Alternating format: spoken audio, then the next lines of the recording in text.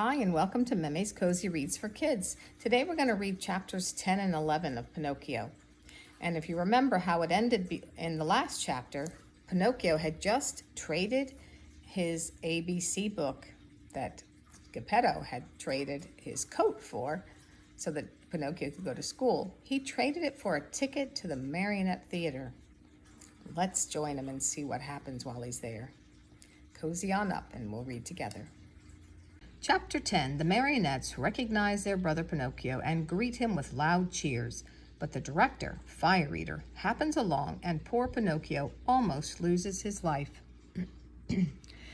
Quick as a flash, Pinocchio disappeared into the marionette theater. And then something happened which almost caused a riot. The curtain was up and the performance had started. Harlequin and Pulcinella were reciting on the stage, and, as usual, they were threatening each other with sticks and blows. The theater was full of people enjoying the spectacle and laughing till they cried at the antics of the two marionettes. The play continued for a few minutes, and then, suddenly, without any warning, Harlequin stopped talking. Turning toward the audience, he pointed to the rear of the orchestra, yelling wildly at the same time, "Look, look, am I asleep or awake? Or do I really see Pinocchio there?" "Yes, yes, it is Pinocchio," screamed Pulcinella. It is," shrieked Signora Rosaura, peeking in from the side of the stage. It is Pinocchio, yelled all the marionettes, pouring out of the wings. It is Pinocchio, it is our brother Pinocchio.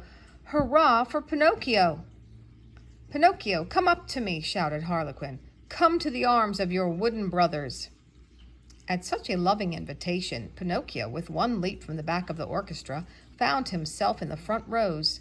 With another leap, he was on the orchestra leader's head. With a third, he landed on the stage.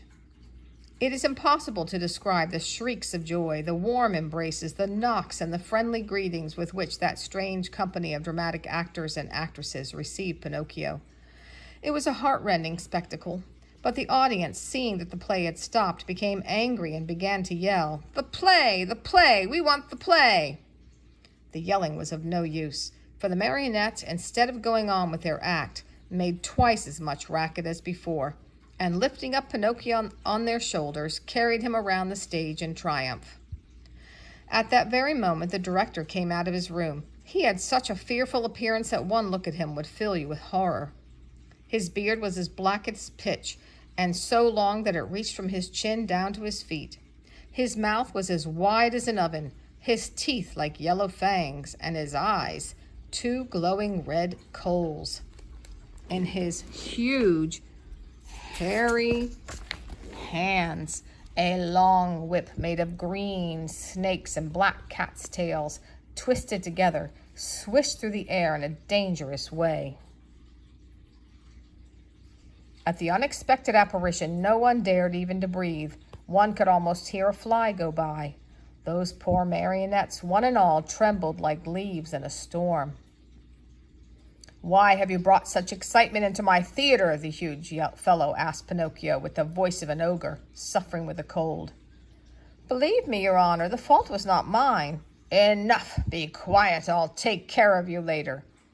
As soon as the play was over, the director went to the kitchen where a fine big lamb was slowly turning on the spit. More wood was needed to finish cooking it. He called Harlequin and Pulcinella and said to them, "Bring that marionette to me. He looks as if he were made of well-seasoned wood. He'll make a fine fire for this spit." Harlequin and Pulcinella hesitated a bit. Then, frightened by a look from their master, they left the kitchen to obey him. A few minutes later they returned, carrying poor Pinocchio, who was wriggling and squirming like an eel and crying pitifully. "Father, save me! I don't want to die! I don't want to die!"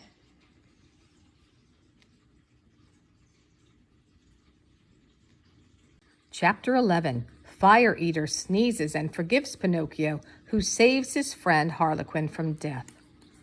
In the theater, great excitement reigned. Fire Eater, this was really his name, was very ugly, but he was far from being as bad as he looked. Proof of this is that when he saw the poor marionette being brought into him, struggling with fear and crying, "I don't want to die, I don't want to die," he felt sorry for him and began first to waver and then to weaken. Finally, he could control himself no longer and gave a loud sneeze. Achoo! At that sneeze, Harlequin, who until then had been as sad as a weeping willow, smiled happily, and leaning toward the marionette, whispered to him, "Good news, brother mine. Fire Eater has sneezed, and this is a sign that he feels sorry for you. You are saved. For be it known that while other people, when sad and sorrowful, weep and wipe their eyes, Fire Eater, on the other hand, had the strange habit of sneezing each time he felt unhappy. The way was just as good as any other to show the kindness of his heart.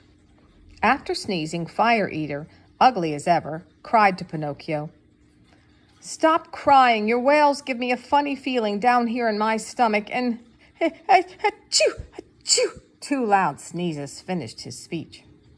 "God bless you," said Pinocchio. "Thanks. And your father and mother are your father and mother still living?" demanded Fire Eater. "My father, yes. My mother I have never known. Your poor father would suffer terribly if I were to use you as firewood. Poor old man. I feel sorry for him. Achoo, achoo, achoo." 3 more sneezes sounded, louder than ever. "God bless you," said Pinocchio. "Thanks. However, I ought to be sorry for myself, too, just now. My good dinner is spoiled. I have no more wood for the fire, and the lamb is only half cooked. Never mind. In your place, I'll burn some other marionette. Hey there, officers!" At the call, 2 wooden officers appeared, long and thin as a yard of rope, with queer hats on their heads and swords in their hands.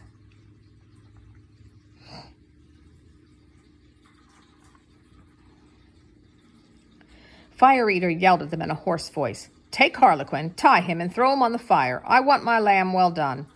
Think how poor Harlequin felt. He was so scared that his legs doubled up under him and he fell to the floor. Pinocchio, at that heartbreaking sight, threw himself at the feet of Fire Eater and, weeping bitterly, asked in a pitiful voice, which could scarcely be heard, "Have pity, I beg of you, Signor." "There are no signori here. Have pity, kind sir." "Have pity, kind sir. There are no sirs here." "Have pity, your excellency." On hearing himself addressed as Your Excellency, the director of the Marionette Theater sat up very straight in his chair, stroked his long beard, and, becoming suddenly kind and compassionate, smiled proudly as he said to Pinocchio, "Well, what do you want from me now, Marionette?"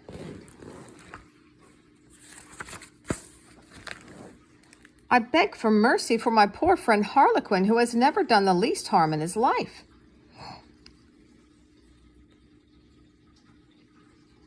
"There is no mercy here, Pinocchio. I have spared you. Harlequin must burn in your place. I am hungry and my dinner must be cooked." "In that case," said Pinocchio proudly as he stood up and flung away his cap of dough, "in that case my duty is clear. Come, officers, tie me up and throw me on those flames. No, it is not fair for poor Harlequin, the best friend that I have in the world, to die in my place." These brave words, said in a piercing voice, made all the other marionettes cry. Even the officers, who were made of wood also, cried like babies. Fire Eater at first remained hard and cold as a piece of ice, but then, little by little, he softened and began to sneeze. And after 4 or 5 sneezes, he opened wide his arms and said to Pinocchio, "You are a brave boy. Come to my arms and kiss me." Pinocchio ran to him, and scurrying like a squirrel up the long black beard, he gave Fire Eater a loving kiss on the tip of his nose. "Has pardon been granted to me?" asked poor Harlequin with a voice that was hardly a breath.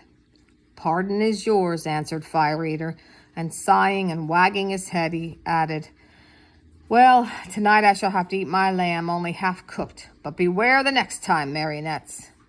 At the news that pardon had been given, the marionettes ran to the stage, and turning on all the lights, they danced and sang till dawn.